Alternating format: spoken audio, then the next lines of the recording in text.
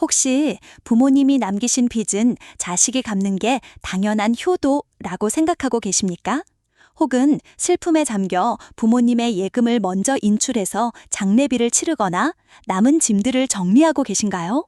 정말 큰일 날 위험천만한 행동입니다.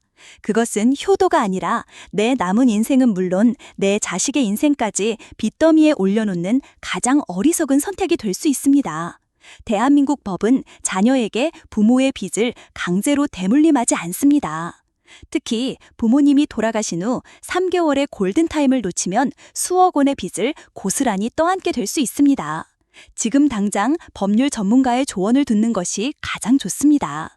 하지만 그 전에 어떻게 하면 부모님의 빚은 갚지 않고 재산만 물려받을 수 있는지 그 현명한 방법을 알고 싶으시다면 이 영상을 계속 시청하십시오. 5분만 투자하세요. 안녕하세요. 20년 경력의 상속 전문 변호사입니다. 살다 보면 누구에게나 예기치 못한 빚이 생길 수 있습니다.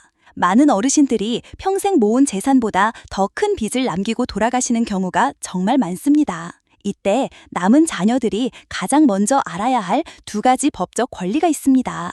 바로 상속 포기와 한정 승인입니다. 첫째, 상속 포기와 한정 승인은 무엇이 다른가요? 아주 간단합니다. 상속 포기는 말 그대로 재산도 빚도 모두 물려받지 않겠다고 선언하는 것입니다. 하지만 여기에는 큰 함정이 있습니다. 내가 상속을 포기하면 그 다음 순위의 상속인, 즉 나의 자녀나 부모님, 심지어 형제자매에 대해 그 빚이 그대로 넘어가게 됩니다. 반면에 한정 승인은 돌아가신 분의 재산 한도 내에서만 빚을 갚겠다고 법원에 신고하는 것입니다. 예를 들어 재산이 1억 원이고 빚이 5억 원이라면 1억 원의 재산으로 빚을 갚고 나머지 4억 원의 빚은 갚지 않아도 되는 아주 현명한 제도입니다. 또한 한정 승인을 하면 빚이 나의 자녀들에게 넘어가지 않고 상속 절차가 나약에서 깨끗하게 끝납니다. 그래 더 특별한 경우가 아니라면 저는 무조건 한정 승인을 추천해 드립니다. 둘째, 어떻게 신청해야 하나요?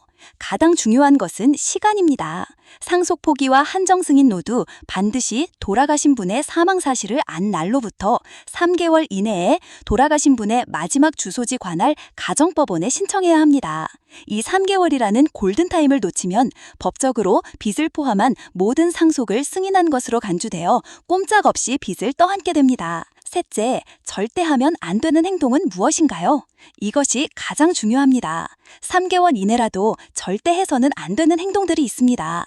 바로 돌아가신 분의 재산을 처벌하는 행위입니다. 예를 들어 예금을 인출하거나 부동산을 팔거나 자동차를 중고로 넘기는 등의 행동을 하면 법적으로 상속을 단순 승인한 것으로 보아 한정 승인이나 상속 포기를 할 수 없게 됩니다. 심지어 고인의 휴대폰 요금을 해지하는 것도 문제가 될 수 있으니 3개월 동안은 그 어떤 재산에도 손을 대지 않는 것이 가장 안전합니다. 제가 상담했던 한 40대 남성분은 아버님이 돌아가신 후 남겨진 빚이 3억 원이라는 사실을 뒤늦게 알게 되었습니다. 하지만 그는 이미 아버님의 예금을 인출하여 장례비를 치르고 남은 돈으로 밀린 병원비를 정산한 후였습니다. 그는 3개월 안에 한정 승인을 신청했지만 법원은 이미 그가 상속 재산을 사용했기 때문에 상속을 단순 승인한 것으로 보아 그의 신청을 받아주지 않았습니다. 결국 그는 3억 원의 빚을 고스란히 떠안게 되었습니다. 자, 오늘의 핵심입니다. 부모님의 빚은 자식이 대신 갚을 의무가 없습니다.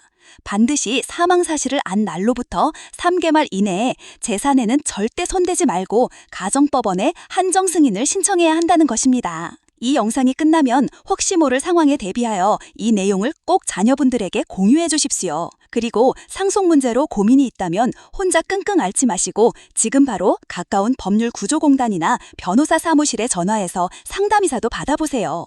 아는 것이 힘이고 아는 것이 내 가족을 지키는 길입니다. 당신의 건강을 응원합니다. 감사합니다.